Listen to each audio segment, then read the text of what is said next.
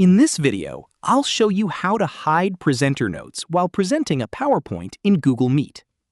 First, open your Microsoft PowerPoint presentation on your computer.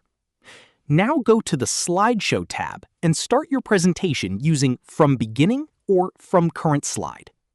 If you're using Presenter View and can see your notes on the screen, don't worry, your audience does not have to see them. Next, open Google Meet and click on the Present Now button. Choose a window instead of sharing your entire screen. Now select only the PowerPoint slideshow window only and click Share. This is the important step. Do not share the Presenter View window or your full desktop. Only share the slideshow window. Now you can keep Presenter View open privately on your screen to see your notes, upcoming slides, and controls, while your audience will only see the presentation slides. That's it. Your presenter notes will stay hidden during your Google Meet presentation.